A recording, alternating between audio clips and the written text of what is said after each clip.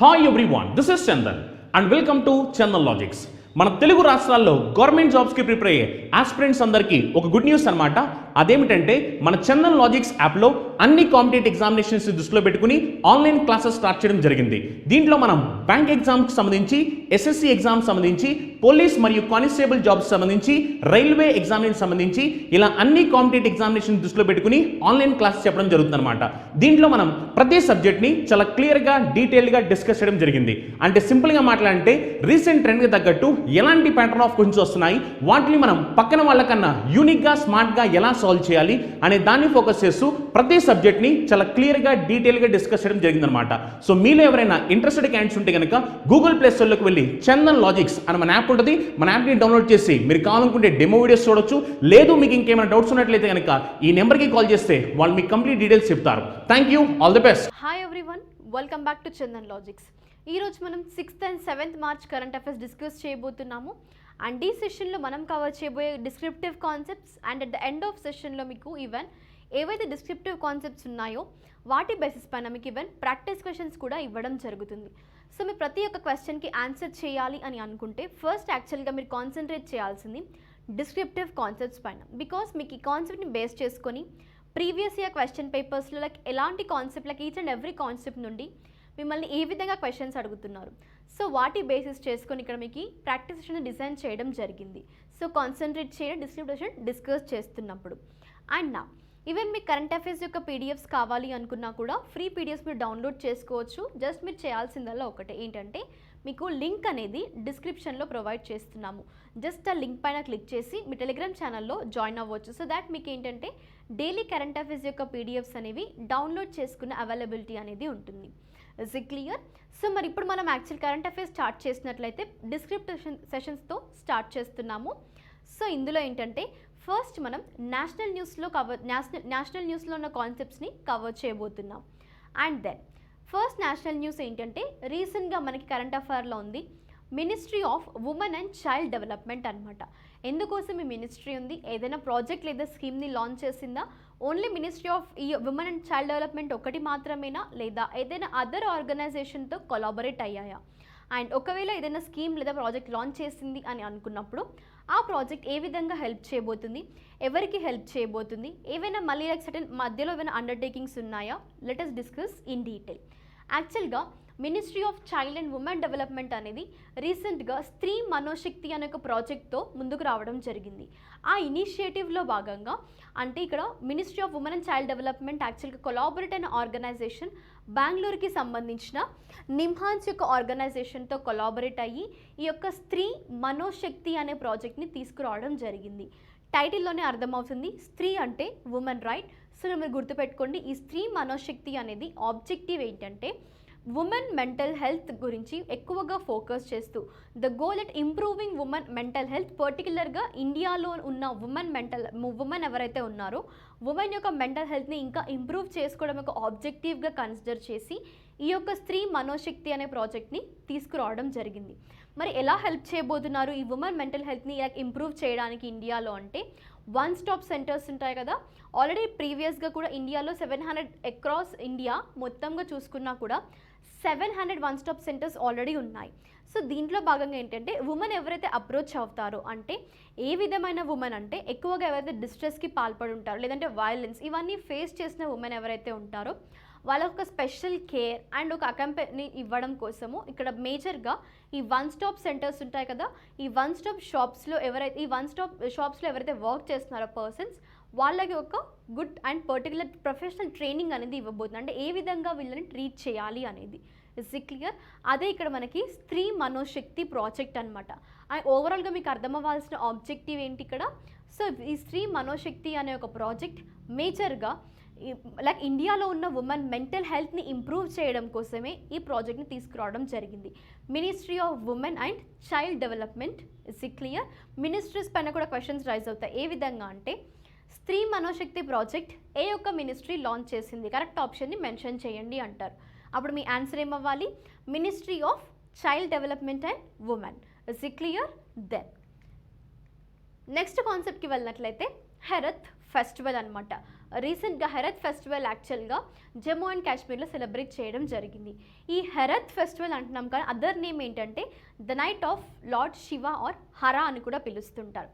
Significance ఏంటంటే యాక్చువల్గా సౌత్లో అదర్ స్టేట్స్ అండ్ యూనియన్ టెరిటరీస్లో కూడా ఈ యొక్క హెరత్ని ఏ విధంగా పిలుస్తుంటాం, కామన్ నేమ్ మనకు తెలిసింది ఏంటంటే శివరాత్రి అని పిలుస్తుంటాం, రైట్? సో ఏంటంటే Shivaratri like the marriage anniversary of lord Shiva and goddess Uma Parvati, right? So ఈ యొక్క కన్సిడరేషన్ తీసుకొని యాక్చువల్గా సదర్న్ స్టేట్స్లో తెలిసింది కూడా మనకి ఈ విధంగానే లైక్ మహాశివరాత్రి అని యాక్చువల్గా ఇది 14th డే రోజున ఉంటుంది. కానీ ఇక్కడ జమ్మూ కాశ్మీర్లో ఏంటంటే కాశ్మీర్ పండిట్స్ యాక్చువల్గా వాల్నట్స్ని డిస్ట్రిబ్యూట్ చేసుకుంటూ ఈ యొక్క ఫెస్టివల్ని సెలబ్రేట్ చేసుకుంటారు. ఏ రోజున అంటే 13th రో అనమాట. సో ఆ 13th డే కూడా హిందూ క్యాలెండర్ ప్రకారం ఏ యొక్క మంత్లో అంటే half of the month of Phalguna ఏదైతే ఉంటుందో అది త్రయోదశి లేదా 13th day of dark of the month of Phalguna అంటుంటారు. బిట్వీన్ ఫిబ్రవరి అండ్ మార్చ్ మంత్లో వచ్చే యొక్క ఫెస్టివల్ అనమాట. దాన్ని హెరత్ ఫెస్టివల్ అంటారు. పర్టికులర్గా కాశ్మీర్ పండిట్స్ ఈ యొక్క ఫెస్టివల్ని సెలబ్రేట్ చేసుకుంటారు. ఏ విధంగా అక్కడ స్పెషల్గా వాల్నట్స్ని డిస్ట్రిబ్యూట్ చేస్తాం. వాల్నట్స్ యాక్చువల్గా మరి ఏం సింబలైజ్ చేస్తున్నాయి అంటే as a mark of respect to Hindu deities అనమాట. సో ఈ యొక్క సింబలైజింగ్తో పాటు యాక్చువల్గా వాల్నట్స్ని వాళ్ళు ప్రిఫర్ చేస్తారు, అంటే వీటిని డిస్ట్రిబ్యూట్ చేస్తుంటారు. అండ్ దెన్ మేజర్గా చెప్పాను కదా ఈ యొక్క ఫెస్టివల్ అనేది యాక్చువల్గా the night of Hara or the night of Shiva అని కూడా అంటుంటారు. మళ్ళీ క్వశ్చన్స్లో కొన్నిసార్లు మళ్ళీ అదర్ నేమ్స్తో అడుగుతారనమాట. Like the night of Shiva or the night of Hara అనేది ఎవరు యాక్చువల్గా అంటే లేదా which of the following state లేదా యూనియన్ టెరిటరీ సెలబ్రేట్ చేసుకుంటుంది. ఒకవేళ ఆ స్టేట్లో ఎవరు పర్టికులర్ ఏ కేటగిరీ వాళ్ళు చేస్తారు, ట్రైబల్ ఫెస్టివల్ నో, యాక్చువల్గా ఇదేంటి మనకి కాశ్మీర్ పండిట్స్ సెలబ్రేట్ చేసుకునే ఒక ఫెస్టివల్ అనమాట. అదే హెరత్ ఫెస్టివల్. జమ్మూ అండ్ కాశ్మీర్లో ఈ ఫెస్టివల్ని సెలబ్రేట్ చేయడం జరుగుతుంది. ఈ 2022లో ఏ రోజున చేశారు అంటే ఫిబ్రవరి 28th రోజున సెలబ్రేట్ చేయడం జరిగింది. Is it clear? 13th డేన యాక్చువల్గా సదర్న్ స్టేట్ చూసుకున్నా కూడా అదర్ స్టేట్స్లో కూడా 14th డేన మనం సెలబ్రేట్ చేస్తుంటాం మహాశివరాత్రి అని, రైట్? అంటే ఈవెన్ మీరు జస్ట్ ఎగ్జాంపుల్ తీసుకున్నా కూడా 2022లో మార్చ్ 1న మహాశివరాత్రి సెలబ్రేట్ చేసుకుంటే జమ్మూ అండ్ కాశ్మీర్లో ఏంటి 13th డే అంటే like you can consider here February 28th రోజున అంటే 1 డే బిఫోర్ అనమాట. Is it clear? సో అదే హెరత్ ఫెస్టివల్ యొక్క సిగ్నిఫికెన్స్. అండ్ దెన్ డిఫెన్స్ కాన్సెప్ట్కి వెళ్ళినట్లయితే ఇండియా ఇంకా యుఎస్ మధ్యలో ఈ మిలిటరీ కోఆపరేషన్ మీట్ ఏదైతే ఉందో రీసెంట్గా ప్లేస్ చేసుకోవడం జరిగింది. మనకు అది యాక్చువల్గా ఆగ్రా ఉత్తరప్రదేశ్లో ఈ యొక్క 19th edition military cooperation group అనేది మీట్ అవ్వడం జరిగింది. ఎక్కడ మీట్ అయింది? అది ఇండియాలో ఉన్న స్టేట్ ఉత్తరప్రదేశ్లో ఆగ్రాలో యాక్చువల్గా ఈ మీటింగ్ కండక్ట్ చేశారు. 8 కంట్రీస్ మధ్యలో ఇండియా ఇంకా యుఎస్ మధ్యలో, అది కూడా మిలిటరీ కోఆపరేషన్ని కన్సిడర్ చేస్తూ. మరి ఇక్కడ ఆబ్జెక్టివ్ ఏంటి ఇలాంటి మీటింగ్స్ని లైక్ కండక్ట్ చేయడానికి అంటే మేజర్గా ఎక్కువ అడ్వాన్సెస్ ఏవైతే ఉన్నాయో ఇన్నోవేషన్స్ ఉంటాయి కదా ఈ మిలిటరీ కోఆపరేషన్కి సంబంధించి, సో ఇందులో అడ్వాన్సెస్ని కూడా షేర్ చేసుకోవడానికి and strengthening the bond between 2 nations, అది కూడా మిలిటరీ కోఆపరేషన్ని ఇంకా స్ట్రెంథన్ చేయాలి ఇండియా ఇంకా యుఎస్ మధ్యలో అన్న ఒక ఉద్దేశంతో ఇక్కడ ఏంటంటే రీసెంట్గా ఆగ్రాలో ఈ యొక్క పర్టికులర్ మీట్ అనేది కండక్ట్ చేశారు. మరి 2022 ఎన్నో ఎడిషన్ రిప్రజెంట్ చేస్తుంది? మనకి 19th ఎడిషన్ని రిప్రజెంట్ చేస్తుంది. ఎందుకంటే ఎడిషన్స్ చాలాసార్లు క్వశ్చన్స్ కూడా అడుగుతుంటారు. అండ్ మరి ఈ యొక్క పర్టికులర్ మీట్ ఏదైతే ఉందో దీంట్లో like different like you can consider here nations నుండి frequent and strategic and operational consultations ఇందులో ఇన్వాల్వ్ అవ్వడం జరిగింది. Even like headquarters, interior defence staff and US Indo Pacific command కూడా యాక్చువల్గా ఈ యొక్క పర్టికులర్ అడ్వాన్సింగ్ ఆఫ్ డిఫెన్స్ ఆపరేషన్స్లో అంటే ఈ యొక్క మీట్లో భాగంగా వాళ్ళు ఈవెన్ అదర్స్ కూడా ఇన్వాల్వ్ అవ్వడం జరిగింది, like including even interior defence staff కూడా, రైట్? అండ్ దెన్ పర్టికులర్గా ఈ డిస్కషన్స్ అనేది ఫోకస్ చేసింది దేనిపైన అంటే మనకి on improving the 2 countries ongoing defence engagements and considering new initiatives with in the framework and the existing cooperation mechanism. Clear? అర్థమైంది కదా? పర్టికులర్గా ఈ మిలిటరీ కోఆపరేషన్ని 2 నేషన్స్ మధ్యలో స్ట్రెంథెన్ చేయడానికే ఇలాంటి కొన్ని military like you consider cooperation groups లేదా మీట్స్ అనేవి కండక్ట్ చేస్తుంటారు. ఇండియా యుఎస్ ఎంసీజీ అంటే India US military cooperation group అనమాట, రైట్? సో యాక్చువల్గా మీట్ అనేది 19th ఎడిషన్ రిప్రజెంట్ చేస్తుంది అండ్ ఈ రీసెంట్గా ఆగ్రాలో ఈ యొక్క మీట్ అనేది కండక్ట్ చేయడం జరిగింది. అండ్ దెన్ నెక్స్ట్ మనం ర్యాంక్స్ అండ్ రిపోర్ట్స్కి వెళ్ళినట్లయితే ఇండెక్సెస్లో రీసెంట్గా సస్టైనబుల్ డెవలప్మెంట్ గోల్స్కి సంబంధించి ఒక ఇండెక్స్ అండ్ రిపోర్ట్ని రిలీజ్ చేశారు. సో దాని ప్రకారం ఇండియా యొక్క ర్యాంక్ ఏంటి, యాక్చువల్గా ఈ ర్యాంకింగ్స్ ఏ విధంగా ఇస్తారు, అందులో ఉన్న టాప్ 5 కంట్రీస్ ఏంటి, అసలు ఈ ఇండెక్స్ ఎందుకు కండక్ట్ చేశారు. So now let us clarify everything in detail. మరి ఇక్కడ మనకి ఈ ఎస్డిజి ఇండెక్స్ అనేది యాక్చువల్గా రీసెంట్గా 2015లో ఏంటంటే మనకి యునైటెడ్ నేషన్స్ జనరల్ అసెంబ్లీ అనేది ఒక 17 సస్టైనబుల్ డెవలప్మెంట్ గోల్స్ని అడాప్ట్ చేసుకోవడం జరిగింది. అది కూడా 2020 ఎజెండాని టార్గెట్ చేసుకుంటూ ఈ యొక్క 17 సస్టైనబుల్ డెవలప్మెంట్ గోల్స్ని సెట్ చేసుకున్నాం, రైట్. సో మరి ఇక్కడ ఏంటి, అది యుఎన్జీ అనేది అడాప్ట్ చేయడం జరిగింది. మరి ఈ 17 సస్టైనబుల్ డెవలప్మెంట్ గోల్స్ ఏవైతే ఉన్నాయో ఈచ్ అండ్ ఎవ్రీ కంట్రీ వీటిని రీచ్ అవ్వడానికి కొన్ని టార్గెట్ సెట్ చేసుకుందనమాట. సో ఈ యొక్క సస్టైనబుల్ డెవలప్మెంట్ గోల్స్ అచీవ్ చేయడానికి యాక్చువల్గా ఎవ్రీ కంట్రీ యొక్క ప్రోగ్రెస్ ఏ విధంగా ఉంది, 2030 కల్లా రీచ్ అవుతున్నాయా లేదా అనే ఒక ఓవర్వ్యూ కోసం ఇక్కడ ఇలా ఒక ఇండెక్స్ అండ్ రిపోర్ట్ని కూడా రిలీజ్ చేశారనమాట. ఆ రిపోర్ట్ ఏంటంటే ఒక 100 స్కోర్తో కన్సిడర్ చేస్తుంటారు. అవుట్ ఆఫ్ 100లో ఇండియాకి వచ్చిన స్కోర్ ఎంత అంటే 60.05 అనమాట. సో మరి ఇంత స్కోర్ వచ్చినప్పుడు ఇండియా ఏ పొజిషన్లో ఉంది అంటే ఇండియా నిలిచింది 128th పొజిషన్లో అనమాట. అర్థమైంది కదా. సస్టైనబుల్ డెవలప్మెంట్ గోల్స్ మనకి 17 సస్టైనబుల్ డెవలప్మెంట్ గోల్స్ ఉన్నాయి. సో ఈ 17 సస్టైనబుల్ డెవలప్మెంట్ గోల్స్ని అచీవ్ చేసే ఒక ప్రోగ్రెస్ అండ్ ఒక వేలో ఇండియా నిలిచింది 128th పొజిషన్లో. ప్రీవియస్ ఇయర్ డేటా ప్రకారం ఏంటి అంటే ఇండియా యొక్క ర్యాంక్ వచ్చేసి 117 అనమాట. ప్రస్తుతం వచ్చిన ర్యాంక్ ఏంటది 120. గుర్తుపెట్టుకోండి, ఫస్ట్ అట్మోస్ట్ క్వశ్చన్ మిమ్మల్ని అడిగేది ఇండియా ర్యాంక్కి సంబంధించి అడుగుతారు. సరే, ఒకవేళ ఇండియా ర్యాంక్ కాకుండా ఇంకా అదర్ ఇలాంటి ఏరియాస్ అన్నప్పుడు మిమ్మల్ని అడిగేవి టాప్ 5 కంట్రీస్ గురించి. Is it clear? Top first country నేమా, లేదంటే టాప్ 3లో ఉన్న 3 కంట్రీస్ని లైక్ కరెక్ట్గా ఆప్షన్ లైక్ వెరిఫై చేయండి అనేది ఈ విధంగా అడుగుతుంది. సో మీరు బెటర్ టాప్ 5 నేర్చుకొని పెట్టుకుంటే లైక్ అది కూడా ఒక ఆర్డర్లో నేర్చుకోండి. ఫస్ట్ ఇక్కడ మనకి టాప్ 5 కంట్రీస్లో ఈ యొక్క పర్టికులర్ ఎస్డి 2022 ఇండెక్స్ ప్రకారము ఫిన్లాండ్ టాప్ పొజిషన్లో ఉంది, second Sweden, third Denmark, fourth Germany and fifth Belgium అనమాట. Is it clear? మరి 17 సస్టైనబుల్ డెవలప్మెంట్ గోల్స్ యాక్చువల్గా యుఎన్జిఏ 2015లో అడాప్ట్ చేసుకుంది, అది కూడా 2030 ఎజెండాలో భాగంగా. Is it clear? So this is all about sustainable development goal index of 2021. India యొక్క ర్యాంక్ వచ్చేసి 128th పొజిషన్. 117 అనేది ప్రీవియస్ ఇయర్ ర్యాంక్. అది మీరు మళ్ళీ కన్ఫ్యూజ్ అవ్వకండి ఆప్షన్స్ వచ్చినప్పుడు. 120 అనేది ఇండియా యొక్క ప్రస్తుతం ఉన్న రిపోర్ట్ ప్రకారం ర్యాంక్ అనమాట. అండ్ దెన్ నెక్స్ట్ ఇంపార్టెంట్ డేస్కి వెళ్ళినట్లయితే నేషనల్ సెక్యూరిటీ డే అనేది ఇండియాలో every year March 4th celebrate చేస్తుంటారు. మరి ఎందుకోసం అంటే ఆబ్జెక్టివ్ వచ్చేసి ఇండియాలో ఉన్న ప్రతి సెక్యూరిటీ ఫోర్స్ని హానర్ చేయడానికి. వై? సో ఈవెన్ ఎలా సెక్యూరిటీ ఫోర్స్ అంటే ఏంటి, పోలీస్ మెన్ అవ్వనివ్వండి, లైక్ ఆర్మీ ఆఫీసర్స్ అవ్వనివ్వండి, కమాండోస్ అవ్వనివ్వండి, గార్డ్స్ అవ్వనివ్వండి. సో ఇలా నేషన్ని ప్రొటెక్ట్ చేయడంలో ఈవెన్ వాళ్ళ లైఫ్ని కూడా సాక్రిఫైస్ చేయడానికి ఆలోచించకుండా ఉండే ఎవరైతే పర్సన్స్ ఉన్నారో ఆ యొక్క గ్రూప్ని మనం ఇక్కడ సెక్యూరిటీ ఫోర్సెస్ అంటున్నాం. సో ఈ సెక్యూరిటీ ఫోర్సెస్ వాళ్ళ యొక్క వాళ్ళ యొక్క వర్క్ని రికగ్నైజ్ చేస్తూ, వాళ్ళ సర్వీసెస్ అండ్ సాక్రిఫైస్ని రికగ్నైజ్ చేస్తూ కమమరేట్ చేస్తూ సెలబ్రేట్ చేసేదే నేషనల్ సెక్యూరిటీ డే అనమాట. ఇక్కడ నేషనల్ సెక్యూరిటీ డే అనేది యాక్చువల్గా 4th March ఇండియాలో ఎవ్రీ ఇయర్ సెలబ్రేట్ చేస్తారు. ఆబ్జెక్టివ్ వచ్చేసి to honour all the security forces in India, right. And then మరి హిస్టరికల్ బ్యాక్గ్రౌండ్కి వెళ్ళినట్లయితే యాక్చువల్గా ఈవెన్ నేషనల్ సెక్యూరిటీ డేలో భాగంగా నేషనల్ సెక్యూరిటీ వీక్ కూడా ఉంది. యాక్చువల్గా ఎప్పుడు అంటే March 4th అయితే మనం నేషనల్ సెక్యూరిటీ డే అన్నాం కదా, ఆ రోజున వీక్ స్టార్ట్ అయ్యి March 10th రోజున ఎండ్ అవుతుంది. సో ఆ హోల్ వీక్ సెలబ్రేషన్సే నేషనల్ సెక్యూరిటీ వీక్ అనమాట.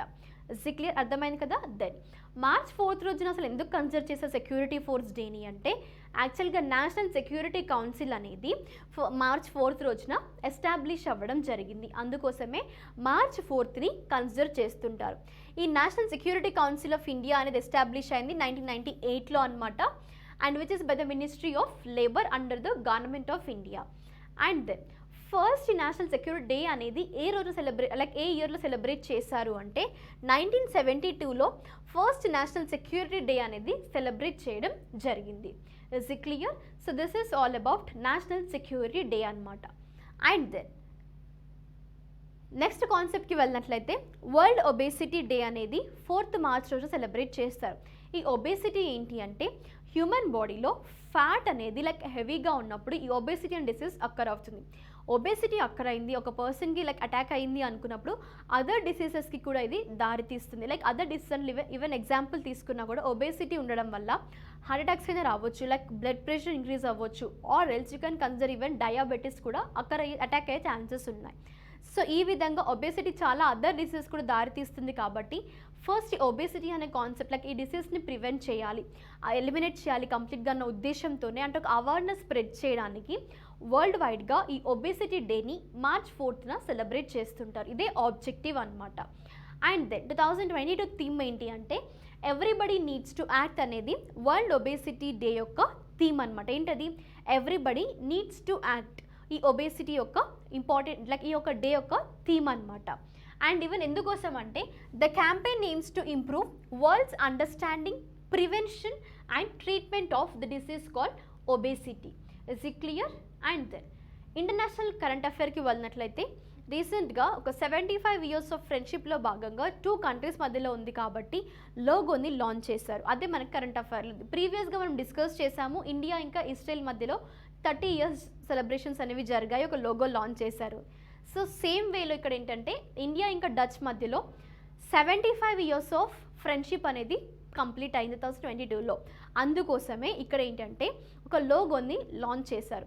మరి ఆ లోగో కూడా వెయిట్ బేసిస్ చేసుకొని అంటే 2 nations యొక్క నేషనల్ ఫ్లవర్స్ ఉంటాయి కదా, ఆ ఫ్లవర్స్ని కన్సిడర్ చేసుకుంటూ లోగోని డిజైన్ చేయడం జరిగింది.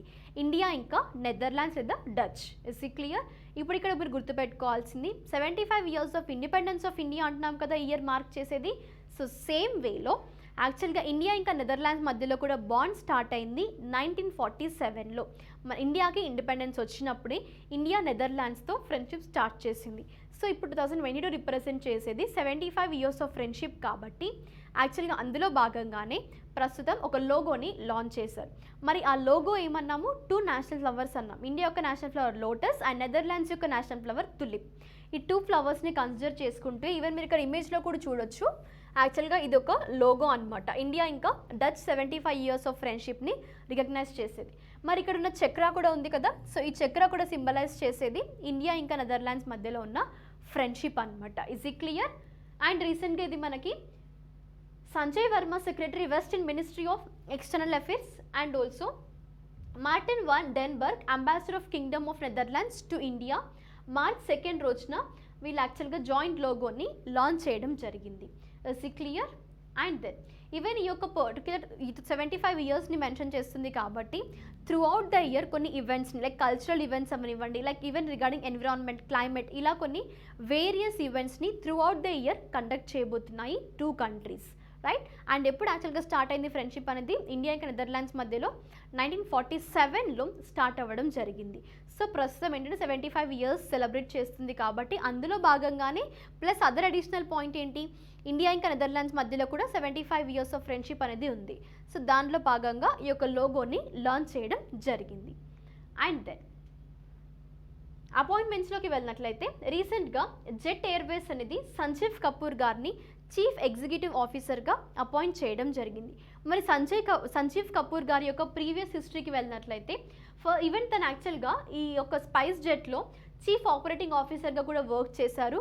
And also chief strategy and commercial officer at Vistara, like 3 years విస్తరాలో వర్క్ చేశారు. 2 years ఏంటంటే ఈ chief operating officer at the SpiceJet ఏదైతే ఉందో దీంట్లో 2 years వర్క్ చేశారు. And even including prior to this Kapoor was a president of Oberoi Hotels and has also worked in this particular Vistara and SpaceJet అనమాట. So ఇలా ఏంటంటే ఒక పర్సన్ని ఇలా లైక్ ఎయిర్ ఇప్పుడు ఏదైతే ఉందో మనకి యాక్చువల్గా ఎయిర్ జెట్ ఉంది కదా, సో జెట్ ఎయిర్వేస్ ఉంది కదా, జెట్ ఎయిర్వేస్కి చీఫ్ ఎగ్జిక్యూటివ్ ఆఫీసర్గా డైరెక్ట్ ఒక పర్సన్ని తీసుకురారు. ఆ పర్సన్ యొక్క ప్రీవియస్ వర్కింగ్ ఏరియాస్ని, హిస్టరికల్ బ్యాక్గ్రౌండ్ని, వాటన్నిటిని కన్సిడర్ చేసి మళ్ళీ అదే పర్టికులర్ ఫీల్డ్లో తనకి ఎక్స్పీరియన్సెస్ ఉన్నాయా లేవా, సో దాన్ని బేస్ చేసుకుని ఒక హై పొజిషన్ అనేది రికమెండ్ చేయడం జరుగుతుంది. ఇక్కడ కరెంట్ అఫైర్లో ఉందేంటి, సంజీవ్ కపూర్ గారు 2022లో చీఫ్ ఎగ్జిక్యూటివ్ ఆఫీసర్గా జెట్ ఎయిర్వేస్కి అపాయింట్ అవ్వడం జరిగింది. అండ్ దెన్ నెక్స్ట్ ఆబిచరీస్కి వెళ్ళినట్లయితే ఈరోజు మన కరెంట్ అఫైర్లో ఉంది ఇండియా యొక్క ఫార్మర్ ఆర్మీ చీఫ్ జనరల్ అనమాట. తనే ఎవరు అంటే మనకి ఎస్ఎఫ్ రాడ్రిగస్ గారు. యాక్చువల్గా తన ఎస్ఎఫ్ అనడం తన ఫుల్ నేమ్ వచ్చేసి సునీత్ ఫ్రాన్సిస్ రాడ్రిగస్ గారు. యాక్చువల్గా తను రీసెంట్గా చనిపోవడం జరిగింది at the age of 88 years అనమాట. అండ్ ప్రీవియస్ తన వర్కింగ్ ఏరియాస్ లేదా తన హిస్టరీకి వెళ్ళినట్లయితే మనం యాక్చువల్గా సో తను ఏంటంటే జనరల్ ఎస్ఎఫ్ రాడ్రిగస్ గారు ఫార్మర్ ఇండియన్ ఆర్మీ చీఫ్గా వర్క్ చేశారు. అండ్ ఆల్సో గుర్తుపెట్టుకోండి, చీఫ్ ఆఫ్ ఇండియన్ ఆర్మీ ఏ ఇయర్లో వర్క్ చేశారు అంటే 1990 నుండి 1993 వరకు. అండ్ ఆల్సో ఒక పొజిషన్ కూడా తీసుకున్నారు, గవర్నర్ ఆఫ్ పంజాబ్గా కూడా 2004 నుండి 2010 వరకు తను ఆ పొజిషన్ని హోల్డ్ చేయడం జరిగింది. Is it clear? And then even he has also served for the 2 terms on the national security advisory board. తర్వాత ఇవన్నీ వర్కింగ్ ఎక్స్పీరియన్సెస్ అయిన తర్వాత తన రిటైర్మెంట్ తర్వాత కూడా తను అదర్ ఏరియాస్లో వర్క్ చేసినవి ఏవి అంటే engaged in social literary pursuits and also has delivered numerous talks on the strategic issues. So even తనని రిప్రజెంట్ చేస్తున్న టైటిల్తో కూడా ఏంటంటే a thinker and strategist call that is SF Rodrigues గారు at the age of 88 years తను చనిపోవడం జరిగింది. ఎప్పుడు కానీ మీరు ఆబిచరీస్ చూస్తున్నారు అంటే పర్సన్ యొక్క హిస్టరీ అనేది చాలా important, right? And then so దీంతో మనది డిస్క్రిప్షన్ ఫినిష్ అయింది. ఇప్పుడు మనం ఎంటర్ అవ్వబోయేది ప్రాక్టీస్ సెషన్ అనమాట. మరి ఈ ప్రాక్టీస్ సెషన్లో ఎవ్రీవన్ గెట్ రెడీ. మీరు ఇక్కడ క్వశ్చన్ నెంబర్స్తో పాటు జస్ట్ ఏదైతే ఆప్షన్ కరెక్ట్ ఉంటుందో ఆప్షన్ లెటర్ మెన్షన్ చేసినా సరిపోతుంది. సపోజ్ ఇక్కడ ఆప్షన్ ఏ కరెక్ట్ అనిపిస్తే ఫస్ట్ క్వశ్చన్ ఏ అని మెన్షన్ చేయండి, సరిపోతుంది. No need to type the whole sentence of words, అంత టైం కూడా మీరు వేస్ట్ చేయాల్సిన అవసరం లేదు. Is it clear? So first క్వశ్చన్కి వెళ్ళినట్లయితే రీసెంట్గా రిలీజ్ చేసిన ఈ యొక్క sustainable development goals report 2021 list ప్రకారము ఇండియా యొక్క ర్యాంక్ ఎంత అనింది. ఆప్షన్స్కి వెళ్ళినట్లయితే 117, 120, 115 ఆర్ 126. ప్రీవియస్ ర్యాంక్ ఏంటి? ఇది 117 కదా, ఎలిమినేట్ చేసేయండి. మిగిలిన 3 ఆప్షన్స్లో మీ యొక్క ఆన్సర్ అనేది ఉంది. ఈవెన్ 115 కూడా ఎలిమినేట్ చేసేయండి. ఐదర్ 120 లేదా 126 అనేది మీ యొక్క ఆన్సర్. ఎగ్జాక్ట్గా రిమైండ్ చేసుకున్న తర్వాతే ఆప్షన్స్ అనేది కామెంట్ సెక్షన్లో మెన్షన్ చేయండి. అండ్ దెన్ ఇక టాప్ 5 కంట్రీస్ నుంచి క్వశ్చన్ అడుగుతారు అన్నారు కదా.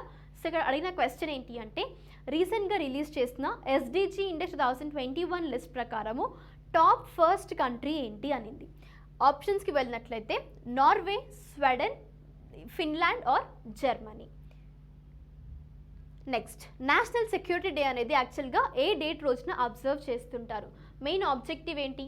ఇండియాలో ఉన్న ప్రతి సెక్యూరిటీ ఫోర్స్ని హానర్ చేయడానికి, వాళ్ళ యొక్క సర్వీసెస్ని కమమరేట్ చేయడానికి ఈ యొక్క పర్టిక్యులర్ డేని సెలబ్రేట్ చేస్తుంటారు, రైట్? సో అదే ఆబ్జెక్టివ్ అనమాట. And then moving to the concept ఏంటి మనకి ఇక్కడ యాక్చువల్గా ఈవెన్ నేషనల్ వీక్ కూడా that is national security week కూడా సెలబ్రేట్ చేస్తుంటారు. అది March 10th ఎండ్ అవుతుంది. ఒకవేళ మీకు ఏంటంటే ఇక్కడ ఏ రోజున స్టార్ట్ అవుతుంది అని తెలిస్తే అట్లీస్ట్ ఈ క్వశ్చన్కి మీరు ఆన్సర్ చేయగలుగుతారు. March 10th ఈ వీక్ ఎండ్ అవుతుంది, కానీ ఏ రోజున స్టార్ట్ అవుతుందో మెన్షన్ చేయండి. మీరు ప్యారలల్గా 2 క్వశ్చన్స్కి ఒకే ఆన్సర్ ఉంది, so try to remind your answer. ఆప్షన్స్కి వెళ్ళినట్లయితే March 1st, March 2nd, March 3rd లేదా March 4th. And then Herath లేదా the night of Hara or Shiva అనే ఫెస్టివల్ని ఏ యొక్క ఫాలోయింగ్ స్టేట్ లేదా యూనియన్ టెరిటరీలో సెలబ్రేట్ చేస్తారు. అట్లీస్ట్ మీకు ఏ గ్రూప్ ఆఫ్ కమ్యూనిటీ సెలబ్రేట్ చేస్తారో ఐడియా ఉన్నా కూడా మీరు ఇది ఆన్సర్ చేయగలరు. Pandits of what, right? So even ఇక్కడ క్లూ కూడా ఇస్తున్నాను. పండిట్స్ అనేది డిస్కస్ చేశాము. ఏ స్టేట్ లేదా యూనియన్ టెరిటరీ పండిట్స్ యాక్చువల్గా వాల్నట్స్ని డిస్ట్రిబ్యూట్ చేస్తూ, అది కూడా ఒక మార్క్ ఆఫ్ హిందూ డైటీని రిప్రజెంట్ చేస్తుంది కాబట్టి వాల్నట్స్ని డిస్ట్రిబ్యూట్ చేస్తూ ఈ ఫెస్టివల్ని సెలబ్రేట్ చేస్తుంటారు. ఆప్షన్స్కి వెళ్ళినట్లయితే Assam, Ladakh, Jammu and Kashmir or Himachal Pradesh. Next ఏంటంటే క్వశ్చన్ వచ్చేసి ministry of women and child development అనేది రీసెంట్గా స్త్రీ మనోరక్ష ప్రాజెక్ట్ని లాంచ్ చేసింది. కానీ బెంగళూరుకి సంబంధించిన ఏ ఆర్గనైజేషన్తో టైఅప్ అయ్యి ఈ స్త్రీ మనోరక్ష ప్రాజెక్ట్ని లాంచ్ చేసింది అనేది క్వశ్చన్. ఆబ్జెక్టివ్ ఏంటి? ఇండియాలో ఉన్న ఉమెన్ మెంటల్ హెల్త్ని ఇంకా ఇంప్రూవ్ చేయడానికే ఈ యొక్క స్త్రీ మనోరక్ష ప్రాజెక్ట్ని తీసుకురావడం జరిగింది. మరి ఆప్షన్స్కి వెళ్ళినట్లయితే Isha foundation, Arvi trust, NIMHANS or Neptune foundation. And then what was the profession of Jaiprakash Chowkse who has been recently passed away? So ఇక్కడ ఆప్షన్స్కి వెళ్ళినట్లయితే agriculturist, sports journalist, economist and film critic. Actual question మీకు new concept అనమాట, ఇది వరకు discuss చేయలేదు. మనకి రీసెంట్గా ఒక పర్సన్ చనిపోవడం జరిగింది, తనే జయప్రకాష్ చౌక్సే గారు. యాక్చువల్గా జయప్రకాష్ చౌక్సే గారు ఫిల్మ్ క్రిటిక్ అనమాట. Is it clear? తను రీసెంట్గా చనిపోవడం జరిగింది. సో ఇలా మీకు కొన్నిసార్లు ప్యారలల్గా క్వశ్చన్స్లో కూడా కొన్ని కాన్సెప్ట్స్ని కవర్ చేయడం జరుగుతుంది. సో ప్రాక్టీస్ క్వశ్చన్స్ అన్ని ప్రతిదీ డిస్కస్ చేసిన క్వశ్చనే కదా అని అనుకోకండి. కొన్నిసార్లు మీకు ఏంటంటే ప్యారలల్గా క్వశ్చన్స్లో కూడా కాన్సెప్ట్స్ కవర్ అవ్వాలన్న ఉద్దేశంతో ఈవెన్ న్యూ క్వశ్చన్స్ని కూడా యాడ్ చేస్తుంటాను. Stay focused. అండ్ ఏంటంటే ఇక్కడ మీకు అదర్ అంటే ఆల్రెడీ క్వశ్చన్కి ఆన్సర్ మనకి నేను ఇక్కడ మీకు ఎక్స్ప్లెయిన్ చేశాను కాబట్టి ఫిలిం క్రిటిక్ అనమాట తను. అదర్ క్వశ్చన్ మీకు ఏంటి అంటే సెషన్ అయిన తర్వాత జయప్రకాష్ చౌక్సే గారి యొక్క హిస్టరీకి వెళ్ళి పర్సన్ గురించి ఒక 1 to 2 లైన్స్లో డిస్క్రైబ్ చేయడానికి ట్రై చేయండి. ఫిలిం క్రిటిక్ అన్నాడు, తన అచీవ్మెంట్స్ ఏవైనా ఉన్నాయా, is it clear? Historical background base చేసుకొని ఒక 1 లేదా 2 ఇంపార్టెంట్ పాయింట్స్ని, అది కూడా జయప్రకాష్ చౌక్సే గారికి సంబంధించి మీరు ఇక్కడ క్వశ్చన్ నెంబర్ని మెన్షన్ చేసి జస్ట్ సెంటెన్సెస్ని మెన్షన్ చేయండి. అర్థమైంది కదా? So this is all about our today's current affairs. We'll be meeting in our next session. Until then, stay tuned, stay safe and stay home.